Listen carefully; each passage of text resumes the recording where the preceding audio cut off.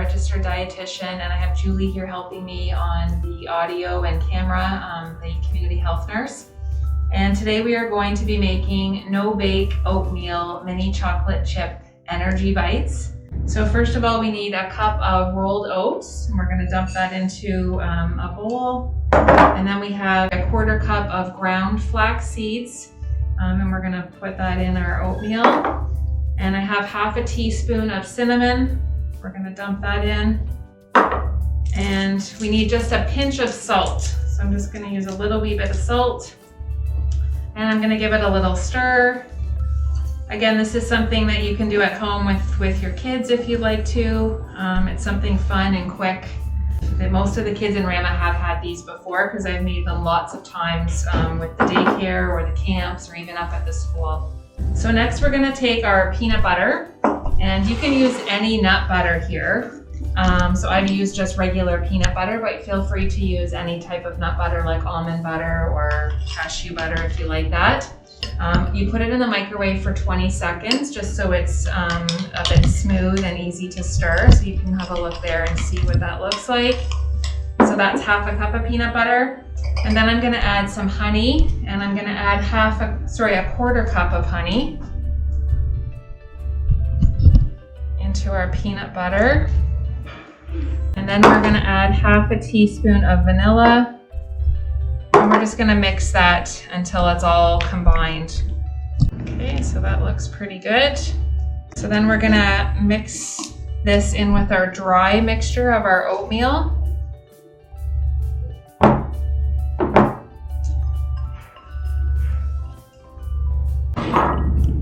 And then last but not least, we are going to add, I have mini chocolate chips here. You can also add raisins if you prefer, or you could also leave these out. I find most kids do like these in there. And then we're just going to mix it all together. Once we're done mixing this, when it's all sort of combined, we're going to store it in the fridge for about 30 minutes. And I'm going to put a lid on this container. And then that way it's much easier to make the energy balls, and they hold their shape a little bit better. If you don't have time to do that, you can just go ahead and make the balls. So as you can see, this is what the mixture would look like once it's all kind of combined.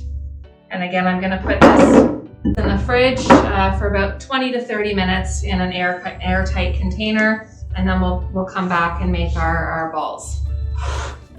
Okay, so now we took our energy balls out of the fridge. So they were in there for about 30 minutes. So it's just a little bit firmer, the mixture. So you're going to take a tablespoon or so, and you can actually use a real tablespoon or just a big spoon like I'm using, but that's about the quantity you want for one energy ball. So just take it into your hand and then gently kind of mold it together so it doesn't fall apart. And then just gently roll it in your hand like I'm doing right now. Until you have a nice sort of ball shape. And because we put it in the fridge, it's nice and stuck together. So that's how you would make the energy balls. And this batch would likely make about 20 depending on the size that you use.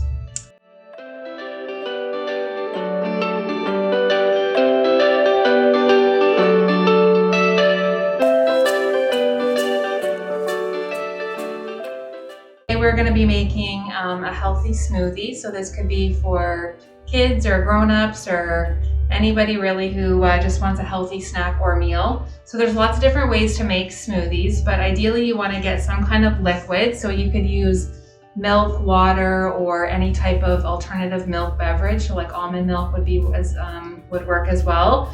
This is just regular milk, 1% milk. So I've got about a cup of it there. And next I have some frozen fruit. So that's something else you want to have in your smoothie ideally. So I've got some mixed berries. So I'm just going to dump those in. And I've got about 3/4 of a cup of berries there. Personally, I always find frozen banana always adds a lot to the flavor of a smoothie, and my kids tend to really prefer that. So I always usually add a frozen banana. So I just buy extra bananas, and when they go bad, I throw them in the freezer, and then I can just pull one out when I need it for a smoothie. The kids always get super grossed out when they see this, but it tastes good in the smoothie. So there's your frozen banana. And then I'm gonna add in some Greek yogurt, and this does have vanilla flavoring in it, so it's a vanilla Greek yogurt. So the reason I chose Greek was because it does have quite a bit more protein than regular yogurt.